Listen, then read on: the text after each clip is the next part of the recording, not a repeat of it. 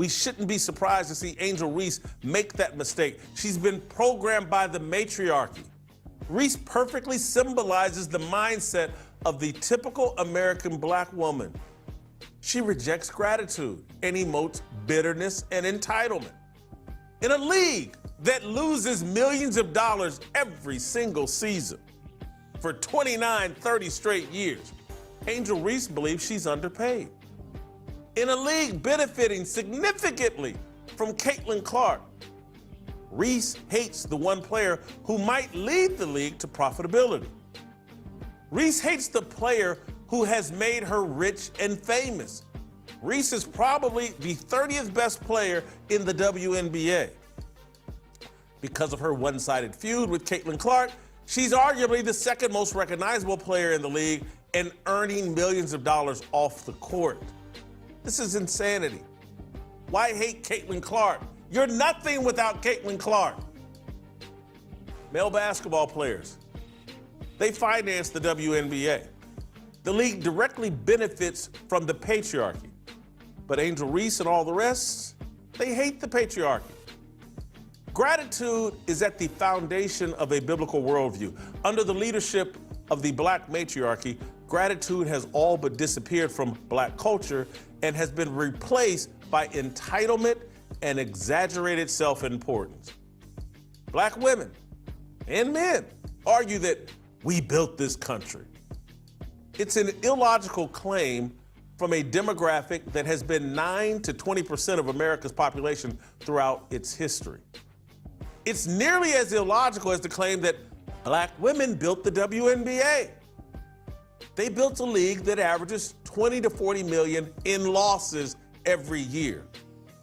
Illogic fuels entitlement, bitterness, and bigotry. American citizenship is a blessing. People from all over the globe fight for American citizenship. Black Americans pretend our citizenship is a generational curse.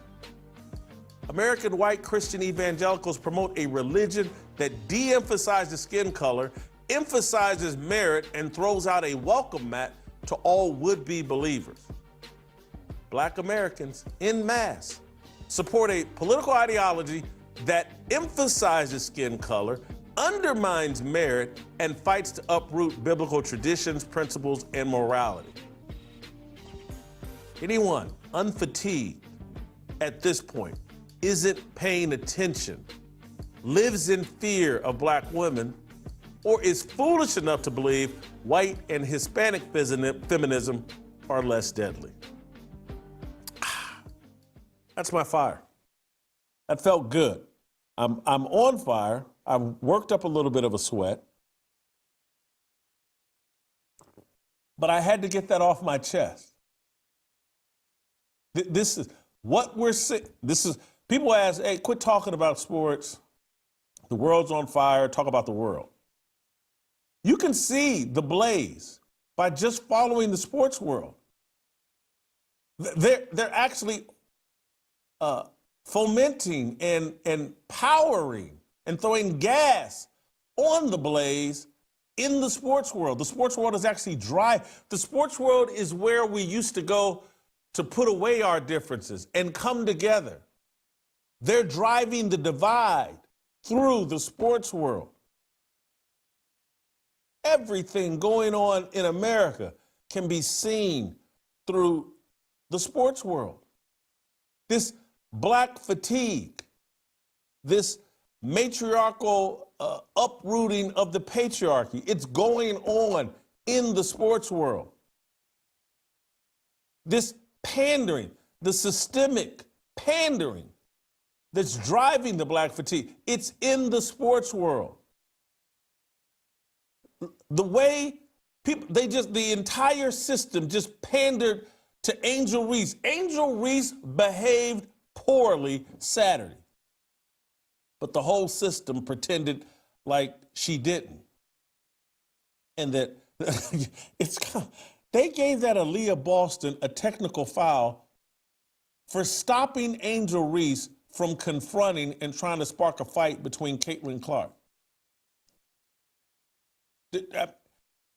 Just the illogic that those three referees, that DEI approved officiating crew, went and looked at the video, saw Angel Reese shove Natasha Howard, saw her flop, saw her hop up and try to spark some sort of confrontation between Caitlin Clark. They watched Alea Boston prevent it by stepping in between Caitlin Clark and Angel Reese, and they said, hey, we got to both sides this, and let's give Boston a technical for breaking up a fight, for being a peacemaker. That's how illogical this system is. This pandering system to the misbehaving, out of control, feminist, illogical black woman. So Natasha Howard's involved in this, Alea Boston's involved in this, Caitlin Clark is involved in this, and Angel Reese. Only one of these people is illogical and irrational. And the whole system basically defended the irrational, illogical, misbehaving black woman. They're now, the story out of this is, hey, Indiana Fever fans cheered when she missed a free throw and may have done something racist to Angel Reese. That's the big WNBA takeaway. They put out a statement. They didn't put out a statement saying, look, man, the refs blew this. They missed Angel Reese shoving a girl in the back. Caitlin Clark did a typical take foul. Angel Reese flopped and then tried to escalate it.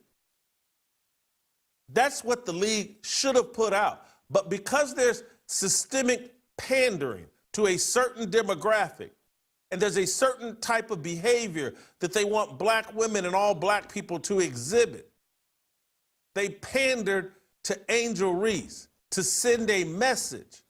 This is what we like.